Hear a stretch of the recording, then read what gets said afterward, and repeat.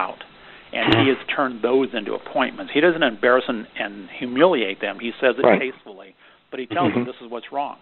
I'm a quality market. I'm a quality agent. This is what I need. So I ordered 100 of those calendars, and that's what I started doing also. Okay. Now I promise I'll shut up. Thanks, Greg. Thank you.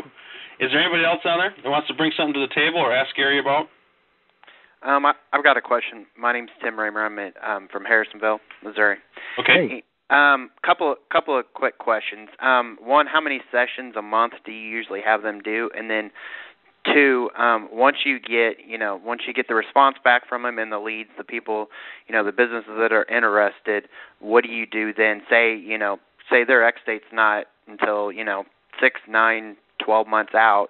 Right. What do you do in the meantime? What do you do initially? And okay, that's a great question. And what I have done in the past is this, and I don't do it. I don't do it every time, but depends on what the risk is. If it's a hospitality risk, I do it almost every time. But habitational, I don't know, for some reason it doesn't even to do any good. But like on other leads, it's best to do this. It's best to give them a call and say, hey Tim, this is Gary Padon with Farmers Insurance, and I just want to let you know that my contact manager let me know that they got a hold of you today, and I just wanted to tell you thank you for letting us speak with you today.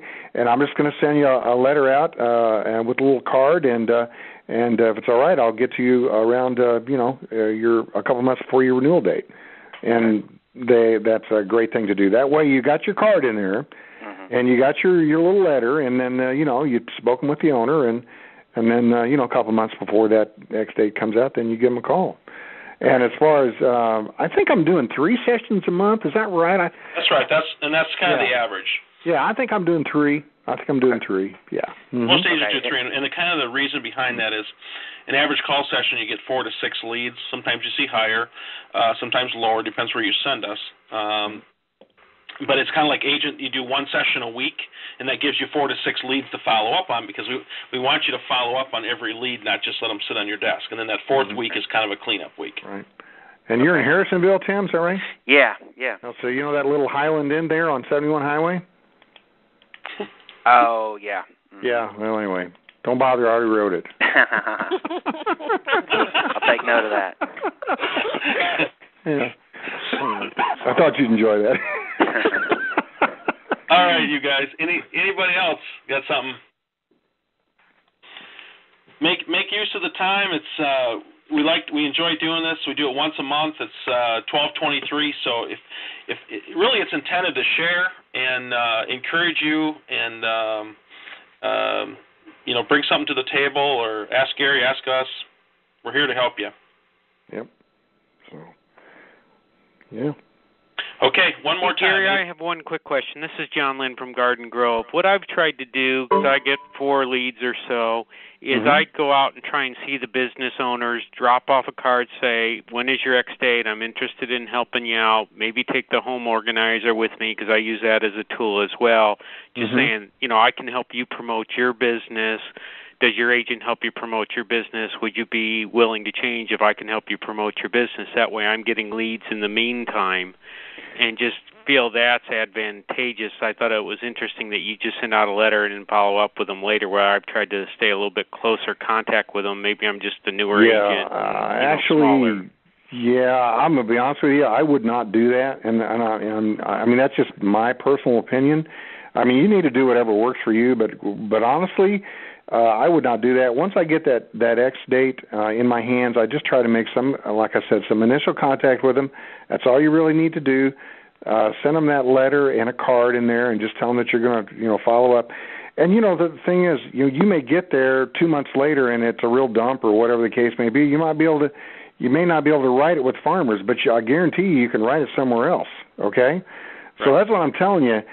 Don't get yourself all focused up on, golly, if it's not with Farmers, I can't make any money here, because that's not the way it is. You got to take care of the client. And you know what? He's got cars and kids and homes and all that other stuff too. So I guess I look at it like, once I get a hold of a client, I want all of his business. And I really don't care what I got to do that, I'm gonna get that business. Now, obviously, we have some restrictions on personal lines, but what I'm saying to you is that get a hold of that client, because there's other stuff you can write too, guys. So. No, what I say is I want to be your VIP agent, and like you said, handle all your lines of insurance, and I can give you, all my attention. If I only write one line, you're going to be farther down on the scale, politely. Well, that's right. That's fine. I mean, I think that's fine. But you're burning a lot of gasoline and stuff. You're going to go see him anyway, I guess is what I'm saying, when the X day comes up. So I don't know that I would want to go there before and then have to come back again. I don't know. I don't know. I just kind of do it my way. You got to do yours. Well, I'll tell you, the real secret is that we've heard from agents over and over is you got to make that initial contact. Once that lead is hot, boom, you got to call them. And a lot of agents will let their leads sit on their desk. Right. And they call reluctancy, and you got to make that phone call. You do. I mean, you're going to have you have a lot better off. Just like I said, you're burning fuel and time, and you can do the same thing. I think with just a phone call and a letter. You've made that initial contact, so they know that you're that they talk to your people, and so I think that's all I think you really need to do. But because then that way, if another farmer's agent comes along, well, he's already got your card and your letter. Hey, I'm already talking to John or whoever it is. So. Plus, you can cover more. It's all about time management. You can really cover more ground too.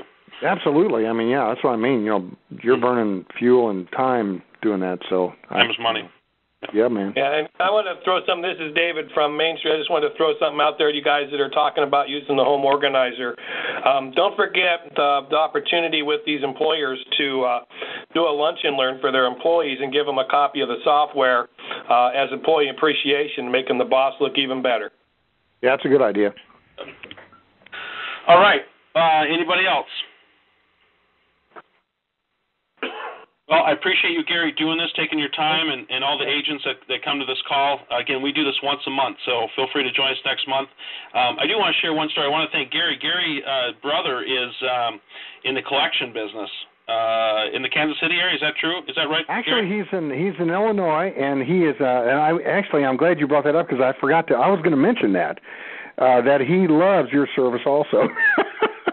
And you guys have done a good job for him there. And as a matter of fact, I'll make this long story short. My brother fired his marketing guy, and he didn't want to, but he fired him, and he didn't know what he was going to do. And I told him about you guys, and he's been like, this is great. So anyway, yeah, I know we had one lead came out. It was a multi-million-dollar deal, and I don't think he got it, but he was just really amazed on getting that lead. And So to the rest of you, if you got friends out there that need help,